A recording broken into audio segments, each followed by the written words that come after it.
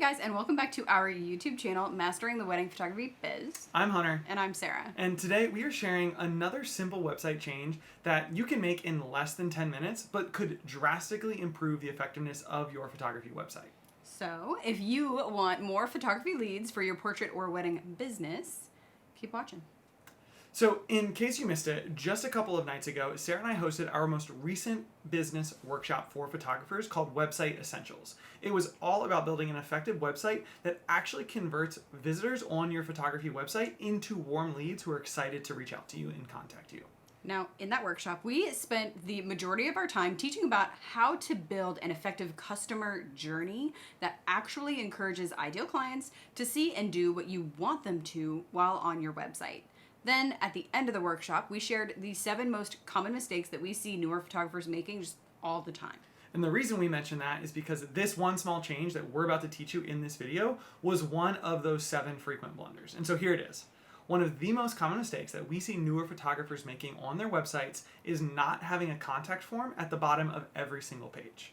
Now, as we shared in the workshop on Tuesday, building a customer journey is all about putting the right kind of information in front of your visitors so that at the end of that journey, they're eager to contact you. But what if someone is halfway through this customer journey that you've built and they're convinced? They don't need anything else. The last thing that you want is for them to be forced to continue through the entire customer journey if they're already ready to reach out to you. Because the thing is, they could get distracted during, the second half of that journey and never actually end up contacting you. And that would be like the worst of all possible scenarios, that at some point they were ready to contact you, but the form just wasn't in front of them. And that's why no matter how you've constructed your website or which pages you've included, we recommend to our photography students that they have a contact form at the bottom of every single page.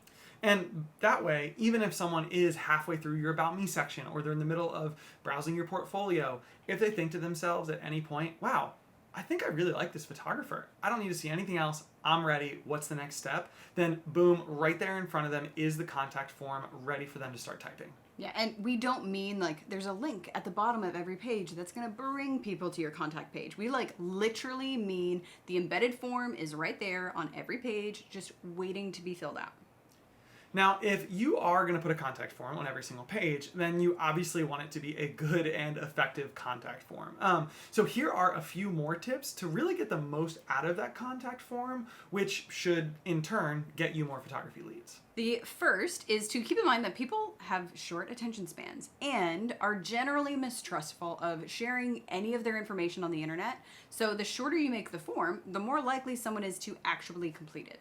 Now, I'm sure you guys have been in a situation like this where you are, you get an email from an airline or something like that, and they ask you to fill out a feedback survey. And so out of the kindness of your heart, you take time out of your day to go and fill out their survey. And I don't know about you guys, but if I'm filling out a survey like that and I am answering questions next, and the questions just keep coming, eventually I'm going to be like, this is ridiculous. I don't have time for this. And I'm just going to exit out of it.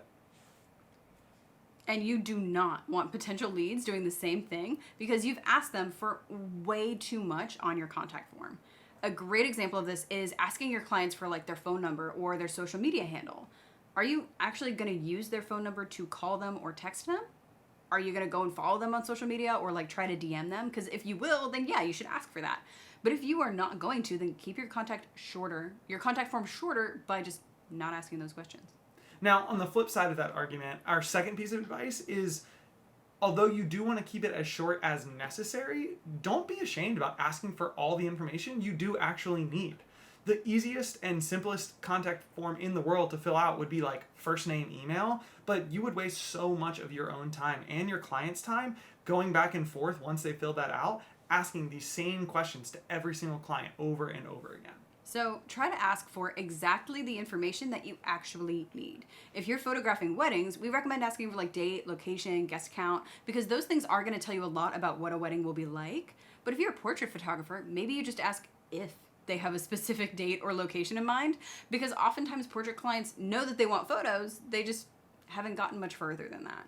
Now, whether you are a portrait photographer or a wedding photographer, asking for something like an expected budget and maybe even what they want included in that budget can also be really helpful, because that gives you an idea as soon as you get a new lead and it pops up on your phone or whatever, whether you need to stop what you're doing and respond to that lead right now because they are a good fit for you, or if you're like, I'll probably send that to someone who's like lower budget than me, I can get to that later.